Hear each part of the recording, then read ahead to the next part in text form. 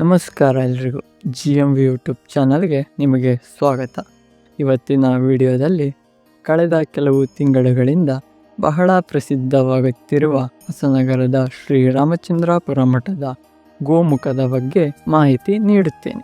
ಈ ಬೃಹತ್ ಗೋಮುಖವು 2007ರಲ್ಲಿ ಶ್ರೀರಾಮಚಂದ್ರಾಪುರ ಮಠದ ಇಂದಿನ ಪೀಠಾಧಿಕಾರಿಗಳಾದ ಶ್ರೀಮದ್ ಜಗದ್ಗುರು ಶಂಕರಾಚಾರ್ಯ ಶ್ರೀ ಶ್ರೀ ರಾಘವೇಶ್ವರ ಭಾರತಿ ಮಹಾಸ್ವಾಮಿಗಳವರು ವಿಶ್ವಕ್ಕೆ ಗೋವಿನ ಅರಿವು ಮೂಡಿಸಲು ಬೃಹತ್ ಕಾರ್ಯಕ್ರಮವಾದ ವಿಶ್ವ ಗೋ ಸಮ್ಮೇಳನವನ್ನು ಹೊಸನಗರದ ಪುಣ್ಯಭೂಮಿಯಾದ ಶ್ರೀರಾಮಚಂದ್ರಾಪುರ ಮಠದ ಆವರಣದಲ್ಲಿ ಲಕ್ಷಾಂತರ ಗೋ ಪ್ರೇಮಿಗಳನ್ನು ಒಟ್ಟುಗೂಡಿಸಿ ಬೃಹತ್ ಸಮ್ಮೇಳನವನ್ನು ನಡೆಸಿ ವಿಶ್ವಕ್ಕೆ ಗೋವಿನ ಅರಿವನ್ನು ಮೂಡಿಸುವ ಕಾರ್ಯಕ್ರಮವನ್ನು ಯಶಸ್ವಿಯಾಗಿ ಮಾಡಿದರು.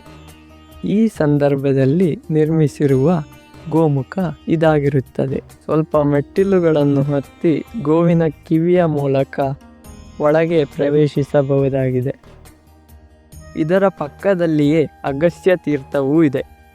ವರ್ಷವಿಡೀ ನೀರಿನಿಂದ ಕಂಗೊಳಿಸುವ ಪ್ರದೇಶ ಇದಾಗಿದ್ದು ಋಷಿಗಳು ತಪಸ್ಸು ಮಾಡಿರುವ ಸ್ಥಳ ಇದಾಗಿರುತ್ತದೆ.